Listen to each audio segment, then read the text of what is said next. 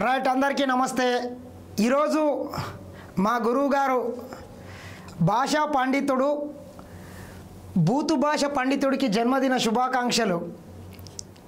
తెలంగాణ సమాజానికి కావచ్చు, భారతదేశంలోనే అత్యధికంగా బూతులను పరిచయం చేసినటువంటి మా అభిమాన నాయకుడు. మేము ఆయనని ఆదర్శంగా తీసుకొని కొంతనో అక్కడక్కడ మేము కూడా చిన్న చిన్న ఏదన్నా మిస్టేకులు మాట్లాడుతున్నామంటే కూడా మా గురువుగారే కథ కర్మక్రియ. మా గురువుగారికి మరొకసారి జన్మదిన శుభాకాంక్షలు తెలియజేస్తూ, మా గురువుగారి భాషా పాండిత్యం ఏ రకంగా ఉంటుంది, ఆయన ఎటువంటి వర్డ్స్ వాడతాడు, ఏ రకంగా తెలంగాణ సమాజానికి కావచ్చు, తెలుగు ప్రజలకు ఏ రకంగా ఆయన స్ఫూర్తిగా నిలుస్తాడనేటటువంటి దానికి ఈయన నిదర్శనంగా చెప్పుకుంటారు.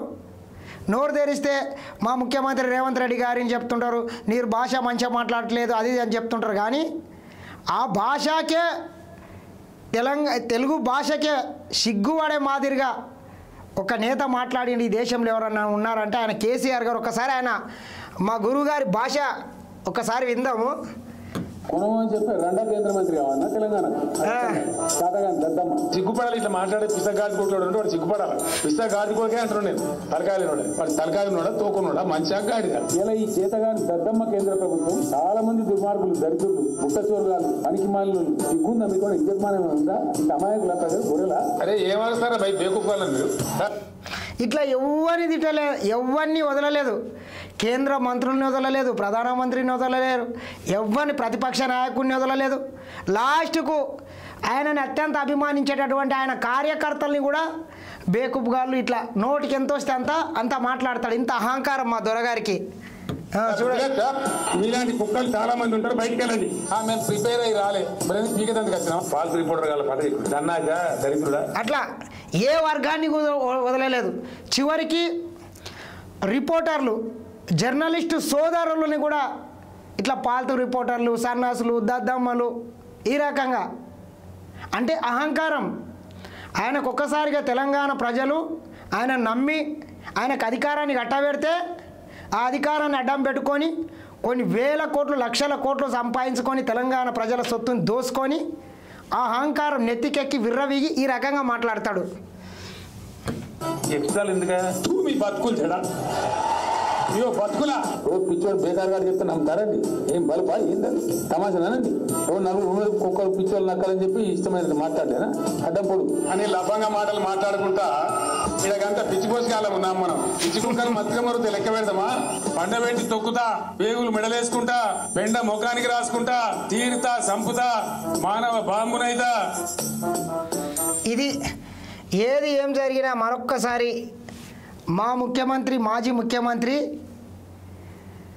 తెలంగాణ బూతు భాష పండితుడికి జన్మదిన శుభాకాంక్షలు. 70వ జన్మదినం అనుకుంటా. ఇలాంటి పుట్టినరోజులు మరెన్నో జరుపుకొని ఇంకా నీ యొక్క తెలివితేటలు మొత్తం ఉపయోగించి ఇంకా వీలైనన్ని ఎక్కువ బూతులు ఈ తెలంగాణ సమాజానికి, తెలుగు ప్రజలకి నేర్పి బూతులలోనే ఒక ఆదర్శంగా మీరు నిలవాలని మరొకసారి మీకు బర్త్డే సందర్భంగా ఇలాంటి పుట్టినరోజులు మరెన్నో జరుపుకోవాలని మనస్ఫూర్తిగా మిమ్మల్ని మీకు జన్మదిన శుభాకాంక్షలు తెలియజేస్తున్నాం.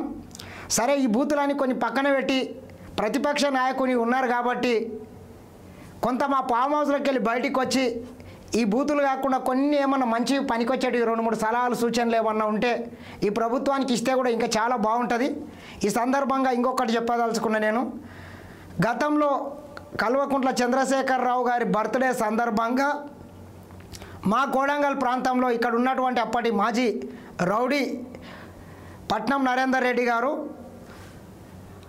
కేసీఆర్ బర్త్డే సందర్భంగా ఏదో గాడిదికి జన్మదినం చేస్తారని చెప్పి ఆ రోజు పిసిసి ప్రెసిడెంట్గా ఉన్నటువంటి రేవంత్ రెడ్డి గారు తెలంగాణ సమాజానికి గాడిదకు బర్త్డే చేయండి అని కొంత ఆయన చెప్పడంతో ఆ రోజు మమ్మల్ని కొంత ఏదో మరి మేము గాడిదికి బర్త్డే చేస్తామని చెప్పి ఒక కక్షతోని కొడంగల్ ప్రాంతంలో నన్ను, నా మిత్రుడైనటువంటి నరసింహన్ ఇద్దరిని ప్రివెంట్ అరెస్ట్ అని చెప్పి మమ్మల్ని ముందస్తుగా ఒక ప్రకారం వాళ్ళు ప్లాన్ చేసుకొని ఈ దొంగలంతా కలిసి మా మీద ఆ రోజు చంపే ప్రయత్నం కూడా చేశారు వీళ్ళు. అందులో ఉన్న కొంతమంది దొంగలు మమ్మల్ని ముందస్తు అరెస్ట్ తీసుకొని పోయి వాళ్ళు ఒక తోటలకు తీసుకుపోయి మమ్మల్ని అక్కడ పెట్టి మా మీద దాడి చేసి భౌతిక దాడి చేసి నానా రకాల ఇబ్బంది పెట్టి మా మీద అత్యాయత్నం కూడా చేసిండ్రు. ఈ రకంగా ఈ దొంగలు తమకు అధికారాన్ని గట్టపెడితే ప్రతీది వాళ్ళ చేతులకు తీసుకొని ఎంత చేయాలో అంత చేసిండ్రు. ఇంకా దాంట్లో కొంతమంది ఉంటారు దొంగలు, అరుణ్ గాడ అని మరికొంతమంది మా సెల్ ఫోన్లు కూడా లాక్కొని ఈరోజు దొంగ నా కొడుకులు మా ఫోన్లు వాడుకుంటున్నారు. ఇంకా సరే, ఆ ఫోన్ గురించి మొత్తం నేను సాక్ష్యాధారాలతో ఆ రోజు ఏం జరిగిందని త్వరలో ఒక వీడియో చేస్తా. వాళ్ళ తండ్రి మాత్రం ఒక అత్యున్నతమైనటువంటి పోస్టులో ఉన్నాడు, గవర్నమెంట్ ఉద్యోగి.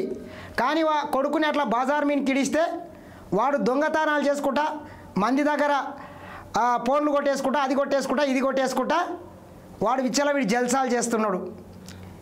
ఇది ముఖ్యమంత్రి గారి రేవంత్ రెడ్డి గారి కోరిక మేరకు ఆ రోజు మేము బర్త్డే చేయలేదు. మేము అసలు ఆ కార్యక్రమంలో పాల్గొనలేదు. కానీ మేము ఎక్కడ చేస్తామని చెప్పి ముందస్తుగా అరెస్ట్ చేసి కొంతమంది పోలీసు వాళ్ళని అడ్డం పెట్టుకొని వాళ్ళకి చెంచాలుగా వాడుకొని మా మీద దాడి చేసి చంపే ప్రయత్నం చేసిండ్రు. సరే, మా టైం బాగున్నదో మరి మా అదృష్టమో కొంత ఆ రోజు దాని నుంచి మేము తప్పించుకోగలిగినాం.